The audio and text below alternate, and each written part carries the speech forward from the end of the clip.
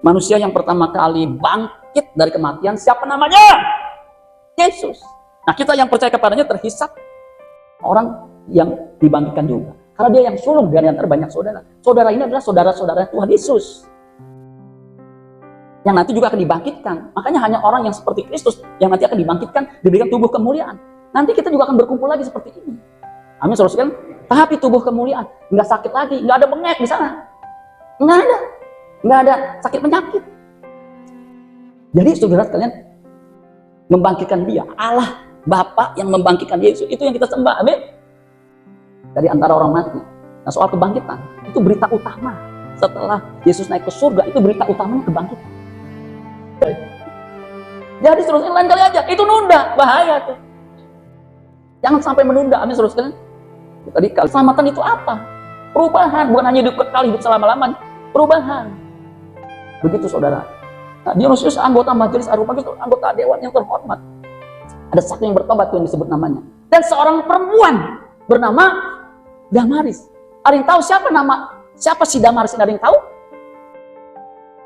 Ada ahli sejarah namanya Eusebius mengatakan kemungkinan Damaris ini ditulis dia adalah istrinya Dionysius. Tapi kan nggak jelas. Pokoknya disebut namanya Damaris. Saya sih yakin juga mungkin ya, karena namanya disebut dekat begitu, kemungkinan. Tapi siapapun dia itu disebut namanya, dan juga orang-orang lain bersama-sama dengan mereka. Jadi Injil tidak pernah sia-sia. Amin. Katanya sia-sia, tidak. Kita ini diciptakan originally, awalnya harus segambar serupa dengan dia. Tetapi Adam jatuh dalam dosa. Nah, yang bisa mengembalikan supaya kita segambar serupa dengan Allah itu hanya Yesus sebagai yang sulung. Kolose 1 ayat 15. Kolose 1 ayat 15 itu yang sulung itu Yesus. Amin, saudara sekalian. Bukan yang sulung dia ciptaan. Gambar Allah yang tidak kelihatan. Allah itu selamanya tidak kelihatan, namanya roh. Allah yang menjadi manusia. Yang bisa diraba, bisa dilihat. Pada mulanya ada firman itu bersama dengan Allah, dan firman itu Allah. Ayat 14, firman itu menjadi manusia. Yang oleh murid Yesus terkasih yang namanya Yohanes, dia tulis 1 Yohanes 1 ayat 1. Ini yang kita harus kenal. 1 Yohanes 1 ayat 1. Apa yang telah ada sejak semula, yang telah kami dengar. Yang telah kami lihat dengan mata kami. Dengar pakai telinga, lihat pakai mata. Yang telah kami saksikan. Yang telah kami rabah dengan tangan kami. Tentang firman apa?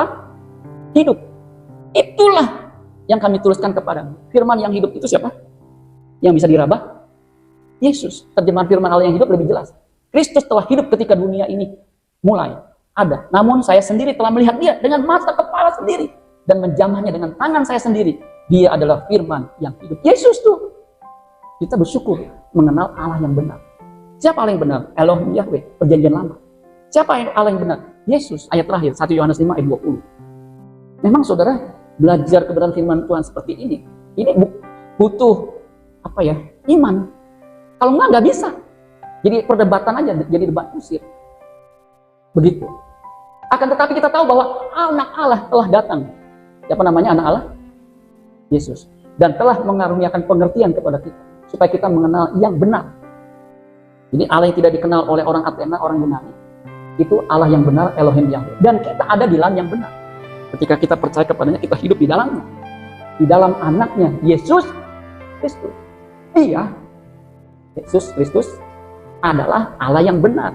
Dan hidup yang kekal. Makanya mengenal dia, Yohanes 17 ayat 3. Itu sama dengan hidup kekal. Amin buat firman Tuhan. Tepuk tangan buat Tuhan Yesus.